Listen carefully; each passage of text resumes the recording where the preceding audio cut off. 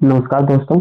आज हम आम्ल क्षारक और लवण के बारे में बात करेंगे। इसके ऑब्जेक्टिव को हम करेंगे। चलिए तो आगे बढ़ते हैं और आशा करते हैं कि आप लोग अच्छे होंगे और चैनल को सब्सक्राइब, अगर अच्छा लगता है तो चैनल को सब्सक्राइब करें। चलिए देखिए, ऑब्जेक्टिव जो इस चैप्टर का करने वाले हैं एसिड बेस साल्ट का, तो इसमें सबसे पहले देख लें तो ऑब्जेक्टिव आता कितना। तो 24 में देखिए, 2024 में 6 ऑब्जेक्टिव आया हुआ है। 23 में 7, 22 में 8, 21 में 7, 20 में 7। यानी कि ये चैप्टर ऑब्जेक्टिव के मामले में बहुत इंपॉर्टेंट है। तो अब इसका ऑब्जेक्टिव करते हैं। तो पहला क्वेश्चन है, जब सोडियम हाइड्रोक्साइड जिंक से अभिक्रिया करता है तो कौन सा उत्पाद बनता है। देखिए, सोडियम हाइड्रोक्साइड क्या होता है, NaOH। जब NaOH जिंक से अभिक्रिया करेगा, जब NaOH जिंक से अभिक्रिया करेगा तो क्या बनता है, Na2ZnO2 प्लस H2। यानी कि अगर इसको बैलेंस करें तो 2NaOH Zn Na2ZnO2 plus H2 बनता है। ठीक है, आगे लिटमस विलियन बैंगनी रंजक होता है जिसे निकाला जाता है। देखिए, जो लिटमस है ना, लिटमस विलियन बैंगनी रंजक कलर का होता है और ये जो निकाला जाता है, ये निकाला जाता है लाइकेन से। अगर आपसे बोल दिया जाए कि लिटमस बैंगनी रंजक किससे निकाला जाता है, तो लाइकेन से। अब है सोडियम कार्बोनेट के जलीय घोल में मिथाइल ऑरेंज का घोल मिलाने पर घोल का रंग परिवर्तित होकर कैसा हो जाता है।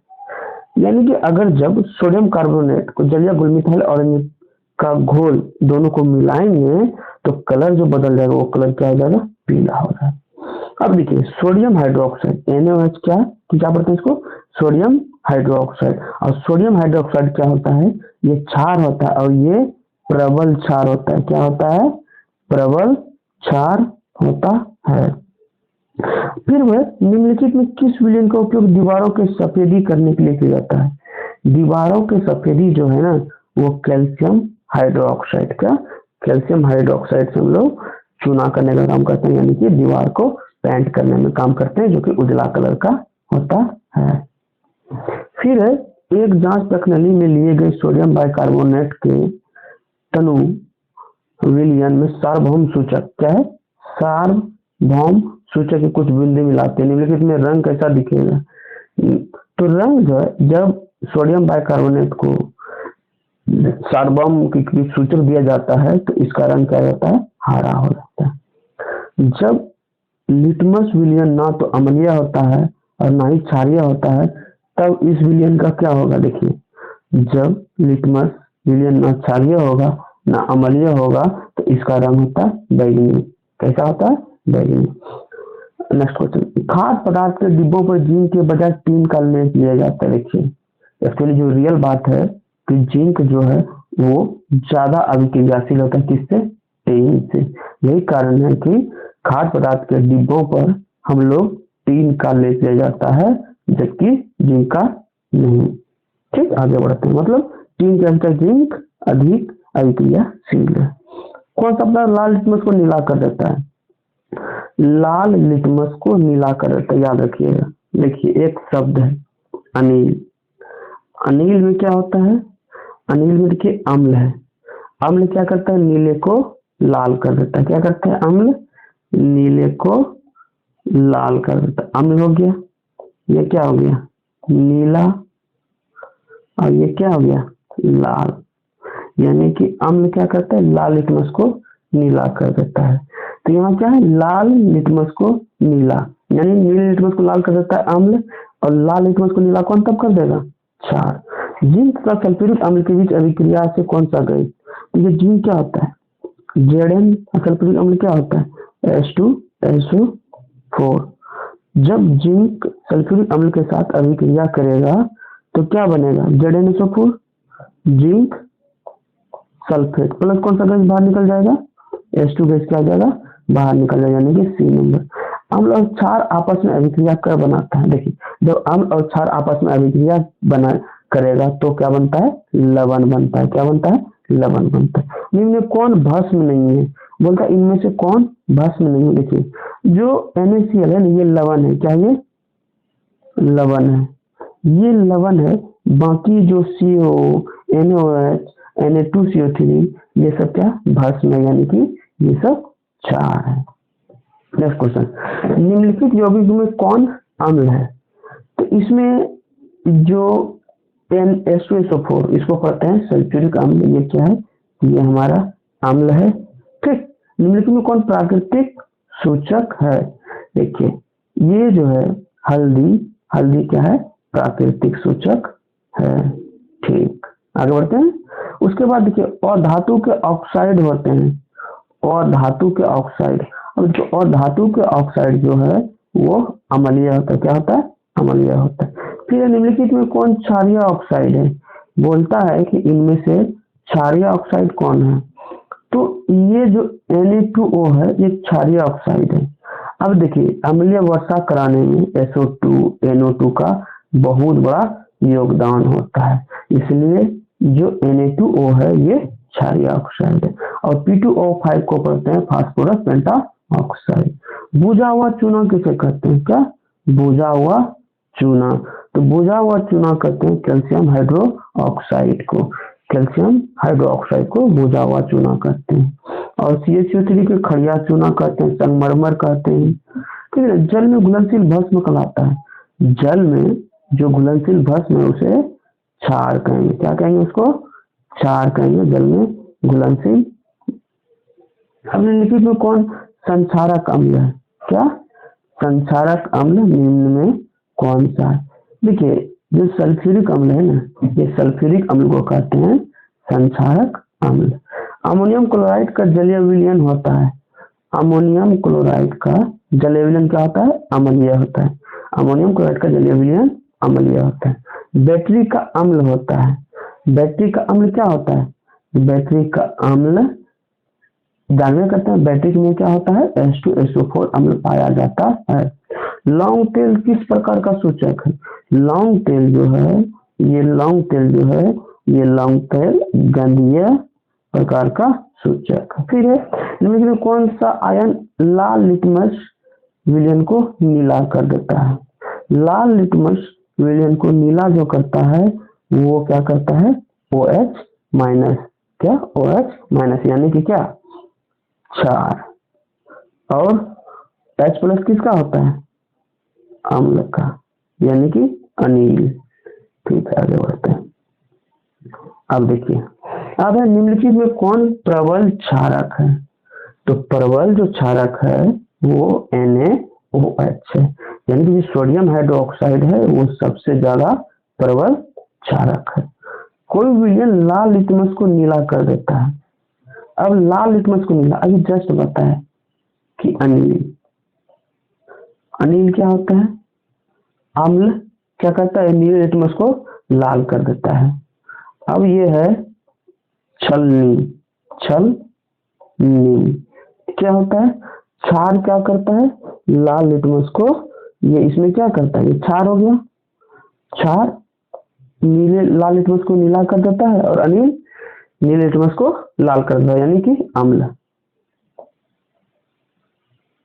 ठीक ना। तो देखिए तो क्षार क्या होता है, 7 से अधिक होता है, तो 7 से अधिक pH मान जिसका वो क्षार होता है। अम्ल के जलीय विलयन में निम्नलिखित कौन सा उत्पन्न होता है, अम्ल के विलयन में। तो अम्ल के विलयन में तो H प्लस आयन देता है और क्षार के विलयन में OH माइनस देता है। ठीक है, उसके बाद देखिए फिर बोलता है निम्नलिखित यौगिकों में कौन दुर्बल अम्ल है। दुर्बल अम्ल है, देखिए HCl जो है ये प्रबल अम्ल है, H2SO4 है प्रबल अम्ल है, HNO3 प्रबल अम्ल है। लेकिन जो दुर्बल यानी कि वीक अम्ल है वो है इथेनोइक अम्ल। क्या एसिटिक अम्ल या इथेनोइक अम्ल दुर्बल अम्ल है। बाकी हाइड्रोक्लोरिक अम्ल, सल्फ्यूरिक अम्ल, HNO3 क्या है, प्रबल अम्ल है। ठीक है, अगला क्वेश्चन है कि कोई विलयन लाल लिटमस को नीला कर देता है। लाल लिटमस को छलनी मतलब क्या, क्षार, क्षार क्या करता है, लाल को नीला करता है। इसका जो पीएच मान होगा वो क्या हो जाएगा, उसका पीएच मान 10 हो जाएगा। ठीक है, ये कौन प्रबल अम्ल है, यानी कि प्रबल अम्ल। देखिए प्रबल जो अम्ल है, सल्फ्यूरिक अम्ल भी है, हाइड्रोक्लोरिक अम्ल भी है, नाइट्रिक अम्ल भी है, इसलिए इसमें से क्या हो जाएगा, सभी क्या हो जाएगा, प्रबल अम्ल हो जाएगा। लवण Na2CO3 का जलीय विलयन का पीएच मान कितना होगा, तो इसका पीएच क्षारीय है, इसका पीएच मान कितना, 7 से अधिक हो। ऑक्जेलिक अम्ल का प्राकृतिक स्रोत निम्नलिखित में से कौन सा है, तो ऑक्जेलिक अम्ल का कौन सा है, टमाटर। ऑक्जेलिक अम्ल किसमें पाया जाता है, टमाटर में पाया जाता है। फिर हमारे शरीर पीएच के कितने परास के बीच कार्य करता है, तो हमारा जो शरीर है ना वो 7.0 से 7.8 पीएच के बीच कार्य करता है। टार्टरिक अम्ल निम्नलिखित में से किसमें पाया जाता है, तो टार्टरिक अम्ल जो है इमली में पाया जाता है। किसमें, टार्टरिक अम्ल इमली में पाया जाता है, और ऑक्जेलिक अम्ल टमाटर में पाया जाता है। मधुमक्खी का डंक एक अम्ल छोड़ता है जिसके कारण दर्द और जलन होता है। देखिए ऐसे तो ये फॉर्मिक एसिड बोलते हैं, चाहे चींटी हो या मधुमक्खी हो, लेकिन इसका जो दूसरा नाम है वो दूसरा नाम है मिथेनोइक एसिड।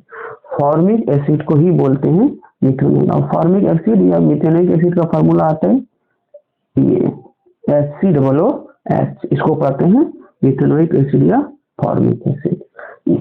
ठीक, और इथेनोइक एसिड तब क्या हो जाएगा, इथेनोइक एसिड को ही बोलते हैं CH3COOH, जिसको बोलते हैं एसिटिक अम्ल। इसको क्या बोलते हैं, इसको बोलते हैं एसिटिक एसिड। ठीक है ना, ये होता है एसिडिक अम्ल। ठीक, अब देखिए आगे बढ़ते हैं। फिर देखिए निम्नलिखित में किसके कारण अम्ल वर्षा होता है। देखिए अम्ल वर्षा जो होता है SO2 और NO2 के कारण क्या होता है, अम्लीय वर्षा होता है। ठीक, आगे बढ़ते हैं। अब देखिए टूथपेस्ट कैसा होता है, आप ऐड सुनते होंगे प्रचार, उसमें क्या टूथपेस्ट में नमक है क्या, मतलब सिंपल बात है, नमक मतलब क्षार। क्या होता है टूथपेस्ट में, क्षार होता है। अम्लीय विलयन का पीएच मान कितना होगा, देखिए अम्लीय विलयन का पीएच मान 7 से कम होगा, उदासीन का 7 होता है और क्षार का 7 से अधिक होता है। अम्लीय वर्षा के जल का पीएच मान कितना होता है, अम्लीय वर्षा का पीएच का मान कितना होता है, 5.6 से कम होता है। ठीक, अब देखिए सिरका में इनमें कौन सा अम्ल पाया जाता है, सिरका में जो है वो अम्ल पाया जाता है एसिटिक अम्ल, यानी कि कौन सा CH3COOH, और इसी को ही क्या बोलते हैं, मिथेनोइक अम्ल। एसिटिक को क्या बोलते हैं, इथेनोइक, क्या इथेनोइक एसिड, इसको बोलते हैं इथेनोइक एसिड। ठीक, आगे बढ़ते हैं। अब देखिए चींटी के डंक में कौन सा अम्ल पाया जाता है, जैसे बताया था चींटी हो मधुमक्खी हो तो उसमें मिथेनोइक अम्ल, इसको फॉर्मिक एसिड बोलते हैं। ऑक्जेलिक टमाटर में, साइट्रिक नींबू में, ठीक ना, इथेनोइक अम्ल देखिए कि सिरका। कोई घोल नीले लिटमस को लाल कर देता है, नीले लिटमस को लाल कर देता है मतलब अनिल, क्या हो जाएगा, अम्ल, यही ना। और जब अम्ल होगा क्या करता है, अम्ल क्या करता है, नीले लिटमस को लाल करता है, यानी पीएच मान 7 से कम होगा। 7 से कम वाला पीएच मान कौन, ये नंबर। अब अम्लीय ऑक्साइड के विलयन का पीएच मान कितना होगा, अम्लीय ऑक्साइड के पीएच का मान कितना होगा, तो अम्लीय ऑक्साइड जो होता है तो पीएच मान कम ही होगा, 7 से मतलब 4। मिल्क और मैग्नीशियम का पीएच मान कितना होता है, 16। क्या है, मिल्क ऑफ मैग्नीशियम, तो ये क्षारीय होता है जिसका 10.5 होता है। किस पीएच मान वाला विलयन सबसे अधिक अम्लीय होगा, देखिए ऐसे तो 0 पीएच मान वाला क्या होगा, विलयन सबसे अधिक अम्लीय होगा, लेकिन इसमें से क्या एक दिया है तो कौन सा हो जाएगा, एक पीएच मान वाला हो जाएगा। ठीक, अब देखिए दही में कौन सा अम्ल पाया जाता है, तो दही में लैक्टिक अम्ल पाया जाता है। क्या, दही में लैक्टिक अम्ल, इमली में टार्टरिक अम्ल, एसिटिक अम्ल सिरका में, फॉर्मिक एसिड चींटी या मधुमक्खी में पाया जाता है। नेक्स्ट, निम्नलिखित में से पीएच का कौन सा मान क्षारक विलयन का मान देता है, देखिए जो सबसे अधिक पीएच मान होगा उसका क्षारक मान उतना ही अधिक हो, यानी कि इसमें कौन सा दिख रहा है, 13 दिख रहा है। फिर किसी भी उदासीन विलयन, देखो हम बताए थे अगर विलयन उदासीन हो तो पीएच मान 7 होता है, अगर अम्लीय हो तो 7 से कम होता है, अगर क्षारीय हो तो 7 से अधिक होता है। शुद्ध जल का पीएच मान कितना होता है, शुद्ध जल का पीएच मान भी 7 ही होता है। कितना होता है, 7 ही होता है शुद्ध पीएच मान। अब देखो निम्नलिखित में कौन सबसे सबल अम्ल है, इनमें से सबसे सबल अम्ल, तो जो HI है, HI क्या है, सबसे सबल अम्ल, HI क्या है, सबसे सबल अम्ल। किस पीएच मान वाला विलयन सबसे अधिक क्षारीय होगा, किस पीएच मान वाला विलयन सबसे अधिक क्षारीय, जिसका जितना अधिक पीएच मान होगा वो उतना अधिक क्षारीय होगा। ठीक, निम्नलिखित में कौन संश्लेषित सूचक है, अब देखिए संश्लेषित सूचक तो एक ही बचता है, कौन, 24 का सी, क्या है, मैथिल ऑरेंज। मैथिल ऑरेंज जो है वो संश्लेषित है। उसके बाद हल्दी, ये क्या है, गंधीय है, और ये सब प्राकृतिक सूचक है। ठीक है, हल्दी हुआ, लिटमस पत्र हुआ, लाल पत्ता गोभी हुआ, ये सब क्या है, प्राकृतिक है। निम्नलिखित में किसके द्वारा औद्योगिक क्षेत्र में अम्ल वर्षा की जाती है, तो ये है सल्फर डाइऑक्साइड। तो सल्फर डाइऑक्साइड क्या होता है, अम्लीय वर्षा के कारण होती है। ठीक, चलिए मिलान करते हैं। अब है नीले लिटमस का लाल रंग में परिवर्तन, यानी अनिल। नीले लिटमस को लाल कौन करता है, अम्ल, तो अम्ल इसमें कौन सा है, बी नंबर अम्लीय है। क्या है, बी नंबर अम्लीय है, यानी कि ये इसका आंसर बी नंबर हो जाएगा। अब देखिए तीसरा, दूध का खट्टापन। दूध का जो खट्टापन होता है वो लैक्टिक अम्ल के कारण, किसके कारण, लैक्टिक अम्ल के कारण। ठीक है, अब देखिए तीसरा, अम्लीय विलयन में क्या है, फेलिनॉल फ्लेक्टलिन बदलता है। देखिए जब अम्लीय विलयन में ये फ्लेक्टलिन बदल जाता है ना, इसका रंग क्या जाता है, रंगहीन हो जाता है। उसके बाद क्षारीय विलयन में मिथाइल ऑरेंज बदलता है। जब क्षारीय विलयन में मिथाइल ऑरेंज बदलता है ना, तो इसका रंग क्या जाता है, पीला हो जाता है। और जब पीएच मान 7 हो तो वो कैसा होगा, उदासीन होगा। क्या होगा, वो उदासीन होगा।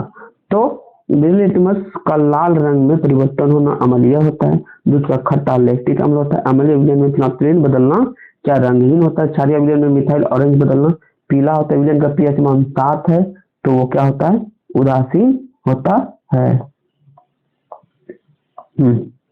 अब है नेक्स्ट, सोडियम क्लोराइड के जलीय विलयन से विद्युत धारा प्रवाहित करने पर यह वियोजित होकर सोडियम हाइड्रोक्साइड बनाता है। इस प्रक्रिया को क्या कहते हैं, देखिए सोडियम क्लोराइड क्या है, NaCl।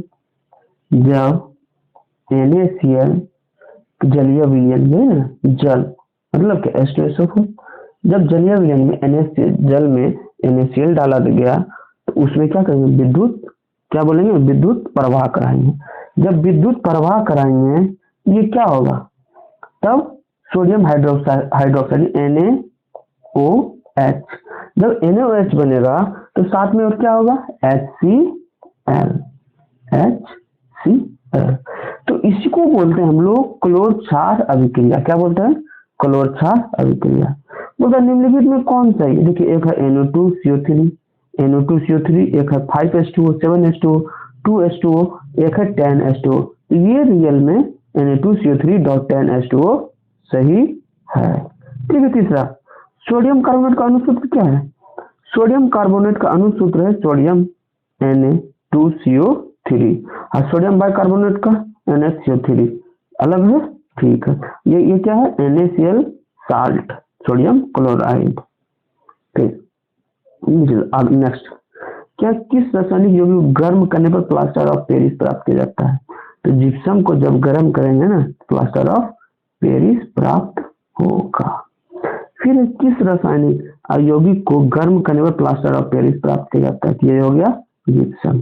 ठीक है, आगे विरंजक चूर्ण का रासायनिक सूत्र क्या है, देखिए विरंजक, इसको बोलते हैं कैल्शियम हाइड्रोक्साइड, ये कैल्शियम कार्बोनेट, इसको संगमरमर खड़िया चूना बोलते हैं। अब देखिए जो विरंजक चूर्ण है, विरंजक चूर्ण को ही हम लोग ब्लीचिंग पाउडर कहते हैं, और ये जो ब्लीचिंग पाउडर है इसका फार्मूला है CaO Cl2। कभी कभी ये CaOCl प्लस Cl, ये फार्मूला या तो ये फार्मूला व्यंजक चूर्ण का होता है, व्यंजक चूर्ण को ब्लीचिंग पाउडर भी कहते हैं। संगमरमर अभी जस्ट बताए थे, कैल्शियम कार्बोनेट, कैल्शियम कार्बोनेट को संगमरमर भी कहा जाता है, खड़िया चूना भी कहा जाता है। ठीक, अब नेक्स्ट, निम्नलिखित में कौन गैस चूने के पानी को दूधिया कर देता है? देखिए गैस, कौन सा गैस चूने के पानी को दूधिया कर देता है? ये तो कार्बन डाइऑक्साइड। कौन सा है? Carbon dioxide. कार्बन डाइऑक्साइड क्या करता है? चूने के पानी को दूधिया कर देता है। निम्नलिखित में कौन लवण है? क्या बोल रहे भाई? लवण। तो इसमें लवण कौन है? देखिए ये जो है अम्ल है। क्या ये अम्ल है? ये हमारा अम्ल है, ये हमारा क्षार है। तो ये K2SO4 जो है, K2SO4 क्या है? लवण है। क्या है ये? लवण है। अब देखिए फिर निम्नलिखित में कौन लवण हो गया? फिर है निम्नलिखित में कौन लवण है? तो लवण क्या? NaCl क्या हो जाएगा? लवण हो जाएगा। NaOH क्या हो जाएगा? क्षार। HCl क्या हो जाएगा? अम्ल। KOH क्या हो जाएगा? क्षार। बेकिंग पाउडर, बेकिंग पाउडर एक मिश्रण है। देखिए बेकिंग पाउडर जो है डायरेक्ट बता रहे हैं, NaCO4 और टार्टरिक अम्ल का क्या है? क्या ये मिश्रण है। नीला अथोता का रासायनिक सूत्र क्या है? तो नीला अथोता का जो रासायनिक सूत्र है CuSO4.5H2O। क्या? CuSO4.5H2O नीला अथोता का ये रासायनिक सूत्र है। नेक्स्ट क्वेश्चन, शल्य चिकित्सा में टूटी हड्डियों को जोड़ने के लिए प्रयुक्त होने वाला रासायनिक पदार्थ क्या है? Plaster of Paris. Plaster of Paris देखते हैं ना, जो किसी का पैर टूट जाता है, उजला कलर का जो पैर में लगा हुआ रहता है, वो क्या होता है? Plaster of Paris. Next, plaster of Paris का रासायनिक सूत्र क्या है? प्लास्टर ऑफ पेरिस का जो रासायनिक सूत्र है वो कैल्शियम सल्फेट अर्ध हाइड्रेट यानी कि CaSO4 हाफ H2O, ये हो गया प्लास्टर ऑफ पेरिस। ठीक, फिर अगर जिप्सम का बोला जाए, किसका? जिप्सम का। ठीक है ना, तो जिप्सम का क्या हो जाएगा? CaSO4 2H2O, ये हो जाएगा जिप्सम का, और ये हो जाएगा प्लास्टर ऑफ पेरिस का। फिर आगे बढ़ते हैं, बेकिंग सोडा का रासायनिक सूत्र क्या है? बेकिंग सोडा जो है NaCO3। क्या है? बेकिंग सोडा NaCO3, और जो वॉशिंग सोडा है Na2, ये क्या है? Washing soda. क्या है? वॉशिंग सोडा का Na2CO3 और बेकिंग सोडा का NaCO3। ठीक है, तो वॉशिंग सोडा बोलिए या धोबिया सोडा बोलिए, तो क्या दिया है? Na2CO3.10H2O। अब देखिए प्लास्टर ऑफ पेरिस जिप्सम का रासायनिक सूत्र क्या है? जो जिप्सम का रासायनिक सूत्र क्या है? तो CaSO4.12H2O। क्या है? प्लास्टर ऑफ पेरिस का CaSO4 हाफ H2O किसका है? प्लास्टर ऑफ पेरिस का है। नेक्स्ट क्वेश्चन, अब है कि सोडा एस का रासायनिक सूत्र क्या है? सोडा एस, तो सोडियम कार्बोनेट को ही बोलते हैं क्या हम लोग? Soda S. आयोडीन युक्त नमक, देखिए NaCl तो दोनों में है, यहाँ भी क्या है? NaCl है, और यहाँ पर भी क्या है? NaCl। तो अब देखो KI, इसमें भी आयोडीन है, KiO3 इसमें भी आयोडीन है, मतलब ये दोनों होगा, ए और बी दोनों भी आयोडीन नमक होगा।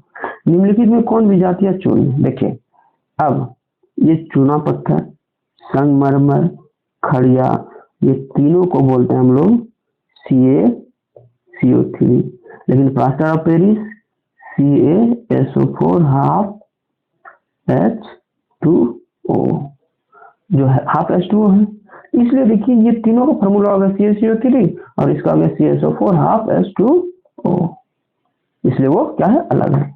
अब ब्लीचिंग पाउडर, तब जस्ट देख रहे COCl2, क्या बोल रहे थे इसको? विरंजक चूर्ण या ब्लीचिंग पाउडर के नाम से जाना जाता है। चूना जल का रासायनिक नाम क्या है? क्या?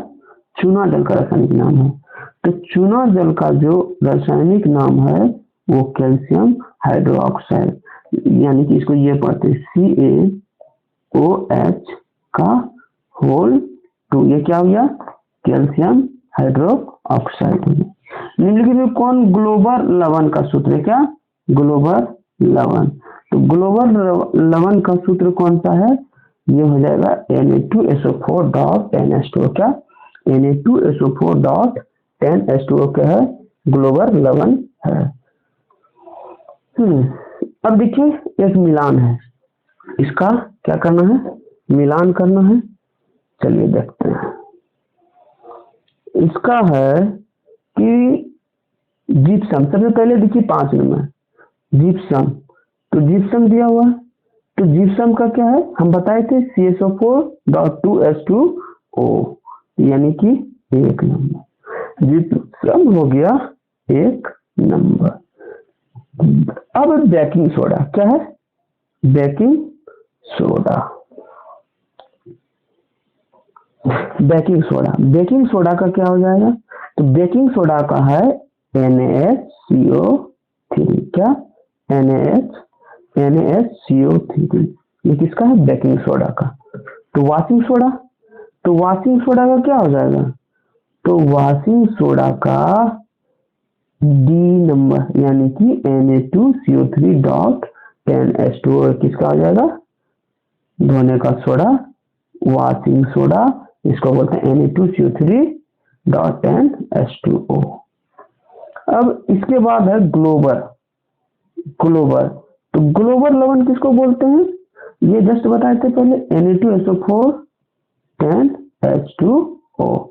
अब बचता है एक नीला त्वचा, नीला त्वचा किसको बोलते हैं, CSO4.5H2O, यानी बी नंबर को क्या बोलते हैं, नीला त्वचा। चलिए अब है लास्ट, ये लास्ट है पेज, इसके बारे में देखते हैं। क्या बोलता है कि दैनिक जीवन में, दैनिक जीवन में पीएच का क्या महत्व, दैनिक जीवन में पीएच का बहुत महत्व है। पहला है प्राणियों के लिए पीएच का दायरा, मतलब प्राणी पीएच में एक छोटे दायरे में ही जीवित रह सकते हैं। हमारे शरीर के अंदर की अभिक्रियाएं 7 से 7.8 पीएच होती है, जो हमारे खून का पीएच मान कितना है, 7.4। देखिए सब खून पूरे शरीर पाया जाता है, इसलिए अगर खून का पीएच मान 7.4 है, यानी कि हमारे शरीर का जो दायरा है पीएच का मान वो 7 से 7.8 के बीच है। अब देखिए दूसरा है अम्लीय वर्षा, अम्लीय वर्षा वायु प्रदूषक गैसों जैसे SO2, NO2 आदि के वातावरण में उपस्थित होने पर वर्षा जल का अम्लीय हो जाता है, ठीक ना।